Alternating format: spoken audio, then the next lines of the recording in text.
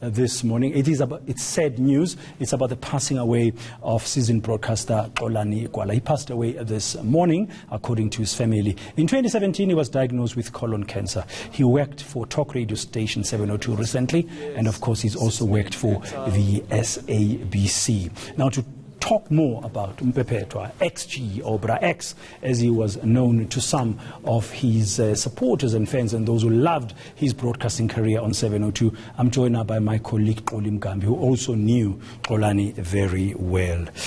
Mayela, good morning. Thank you very much for coming in to reflect on such a sad occasion about Mpepetwa Xolani. I mean, when you heard the news this morning, you were on air when the news broke. Yeah. How did you feel? I saw that SMS coming through, and it was through a colleague. And they were just saying condolences because they knew I was close to him. I shut down for a moment, but you know, you have to keep it together in our profession, such as the demands of our job. When did you last speak to Xolani?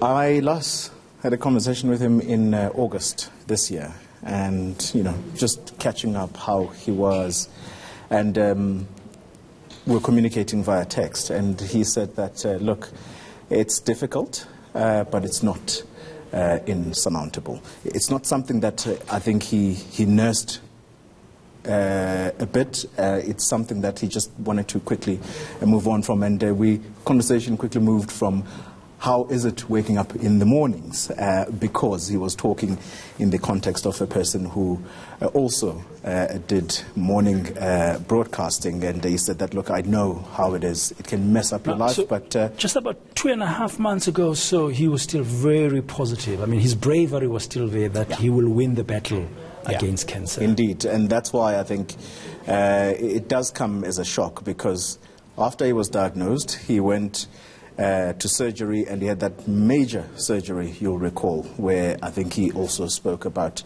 the liver having to be cut off, but that the organ itself is unique in that it grows back. But importantly, after that surgery, we met up with him, and I say we because it was myself and Thulasizwe who went to see him. Thulasizwe Simelane, yeah. Because of course you were all friends and colleagues, but also friends for quite some time, having all worked at the SABC at one point or another. Indeed, Thulasizwe would have worked with him at the SABC. I got to know him in the early 2000s, and that's when, you remember, he still did the show Asikhulume on SABC. Yes, and after that, you know, I met him through your Lindane Mbenzes. You know, these are people that I knew very well.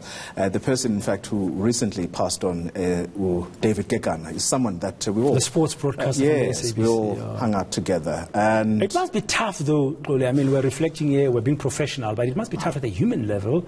You're mentioning David Gegana is gone. He's somebody you knew you with just a few months ago, also being unwell, and now Xolani. It must be very tough.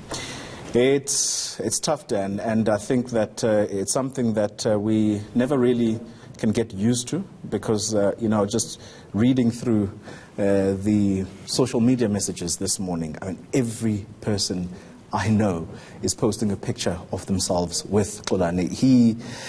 The messages that are coming through is that people are just remembering his humility and that laughter that we just can't get out of. I mean, I mentioned it in my intro, because I was station manager at 702 in 1999, and he had come to 702 in the late 80s from the SABC. Actually, I think Jeremy Maggs, who's currently heading up ENCA, must have recruited Xolani to join the newsroom and join 702 at the time.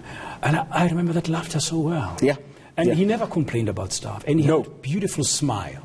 Absolute professional, and in fact it's one of the things that I think he would love to be remembered by, that he was an absolute professional when it came to his profession. In fact, he's one of those people that knew I looked up to him, because how we addressed each other is Mfani. Now it goes back to him referring to me as Mfano Mncane, because he knew I looked up to him, and I wanted to be where he was, and that's when this whole thing grew, and we addressed each other as Mfano Mncane, and he would say, "Hey Mfani, how are you?" So and he had that softness about him, that warmth about him that belied his tough questioning when he did interviews. You would be fooled to thinking you got the smile, you got the laughter, and you got that softness, because he really could get into grips, into really tackle and tough that issues. that exactly is the hallmark of him as a professional broadcaster, that he would draw you in as an interviewer, and you're thinking that, this is going to be a nice and easy conversation. Our politicians, I think, many of them are still reeling to this day because of the tough questioning. And I see some of them are saluting him on social media. Indeed. He's done a great job for the country. But Dan, I think the sympathies must go to his wife, Peggy Sue, the children. He has daughters. I also have daughters, and I know that he loved his children very well. So it's not an understatement. Actually, you couldn't even find words to express. But I said when I opened this program that the South African broadcasting landscape from today is poorer. I mean, he was a young giant of broadcast. I mean, in very early stages, building his legendary status. How should we honor his memory? How should we remember him going forward, especially as media professionals? Yeah, I think as I said to you, Dan, I looked up to him a great deal. I model some of what I do around what he did. And I want to say that he ought to be remembered as a professional, but also someone who I think valued his family. He loved his children, Dan. And I just cannot imagine. Okay, well, sympathies, as you said, to the family, the wife Peggy Sue, and the children and the loved ones. And we are saluting a giant. Young as he was, he had become a giant in the broadcasting landscape, in the world of media in South Africa. Thank you very much for sharing some of your recollections about Xolani Gwala. That's my colleague Xoli Mgambi at ENCA. He had come to know Xolani Gwala, of course, through common friends in this world of media. And we are all in shock. We're all saddened by the news of his passing. He battled quite for some time against cancer, and he lost that battle in the early hours of this morning.